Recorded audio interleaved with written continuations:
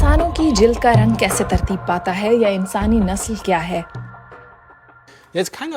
یہ عجیب بات ہے کہ ہم صرف سیاہ اور سفید میں تفریق کرتے ہیں، حالانکہ انسانی جلد کے کئی رنگ ہوتے ہیں۔ ایسا نہیں کہ انسان صرف گورے یا کالے ہی ہوتے ہیں۔ تو نسل اور رنگ کی بنیاد پر تفریق کیسی؟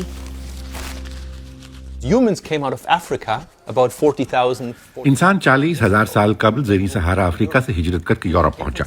ان افراد کا ایک گہرے رنگ کا فینوٹائپ تھا اور وہاں کے رہنے والے لوگوں میں وہی شکل نو ہم آج بھی دیکھتے ہیں۔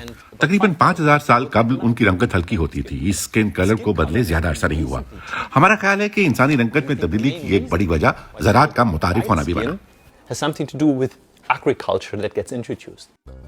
یوہانس کراؤس ماکس پلانک انسٹیٹیوٹ میں ارتقائی ماہر بشریات ہیں۔ آرکیوجینیٹکس دراصل آرکیولوجی اور جینیٹکس کا ملاپ ہے۔ ہم ماضی کے جینیاتی مواد کا تجزیہ کرتے ہیں۔ یوں ہمیں علم ہوتا ہے کہ ماضی کے انسان جینیاتی طور پر ایک دوسرے سے کس طرح منسلک تھے۔ سائنسدانوں نے سب سے پہلے ایسے جینیاتی مواد کا تجزیہ کیا جو انسانوں سے پہلے بھی موجود تھا۔ جس قدیم ترین جنوم کا ہم نے تجزیہ کیا ہے وہ تقریباً 15 لاکھ سال پرانا ہے۔ یہ ایک میمت کا جنوم ہے جو زیر زمین منجمد حالت میں ملا تھا۔ ڈائناسور کے ڈی این اے کا تجزیہ کرنے کے لیے اب جوراسک دور میں تو نہیں جایا جا سکتا، لیکن ہم 100,000 یا غالباً 10 لاکھ سال پرانے ڈی این اے کا تجزیہ ضرور کر سکتے ہیں۔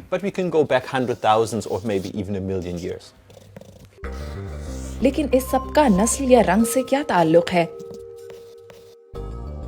یوہانس نے ابتدائی انسانوں کی ہڈیوں کا ڈی این اے ٹیسٹ کیا تو پتہ چلا کہ ارتقاء کے ساتھ ساتھ انسانوں کی جلد کی رنگت کس طرح بدلی۔ انسان نے خوراک پیدا کرنا شروع کی۔ ابتدا میں وہ زیادہ تر گندم یا جو اگاتا تھا۔ یہاں تقریباً 5,000 سال قبل رہنے والے کسان زیادہ مچھلی یا گوشت نہیں کھاتے تھے۔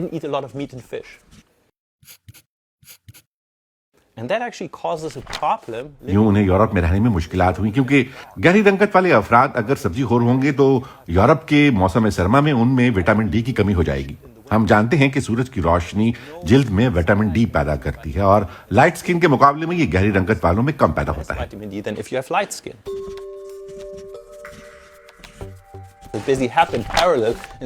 انہی وجوہات کی بنا پر کئی مقامات پر لوگوں کی رنگت ہلکی ہو گئی، لیکن اس کا مطلب یہ نہیں کہ ان لوگوں کا آپس میں گہرا تعلق تھا۔ یہ ایک حالیہ ارتقائی مرحلہ ہے، اس لیے رنگت کی بنیاد پر لوگوں کے درمیان فرق کرنا کوئی معنی نہیں رکھتا۔ یعنی کچھ تبدیلیوں کی وجہ سے انسانوں کی جلد کی رنگت ایک دوسرے سے مختلف ہوئی، تو کیا نسل پرستی کے لیے یہ کوئی معقول وجہ بنتی ہے؟ ہم جانتے ہیں کہ جدید دور کے انسانوں کا ڈی این اے 99.9% ایک جیسا ہی ہوتا ہے، چنانچہ جسے ہم نسل کہتے ہیں اس کی کوئی جینیاتی بنیاد ہے ہی نہیں۔ نسل کی اصطلاح عام طور پر طاقت اور جبر کے ایک آلے کے طور پر استعمال کی جاتی ہے۔ میرا خیال ہے کہ نسل پرستی صرف یورپ کا مسئلہ ہی نہیں، یہ دراصل دولت اور طاقت کے حصول کا آلہ ہے، اور یہ صورتحال دنیا بھر میں ایک جیسی ہے۔ اسکول کی کلاسوں میں ایک لاجواب تجربہ کیا گیا جس میں گروپ بندی کی حرکیات سمجھنے میں مدد ملی۔ نصف افراد کو نیلے رنگ کی شرٹ دی گئیں جبکہ نصف کو سرخ۔ دونوں گروپوں کو فٹ بال فینس یا دو دیہات کے گروہوں میں تقسیم کیا گیا اور پھر یہ دیکھا گیا کہ لوگ صرف ان رنگوں کی شناخت پر کس طرح کا رد عمل ظاہر کرتے ہیں۔ میرے خیال میں کلچر تبدیلی کا باعث بنتا ہے۔ ہمیں اپنی جبلت پر انحصار نہیں کرنا چاہیے کیونکہ ہم جانور نہیں۔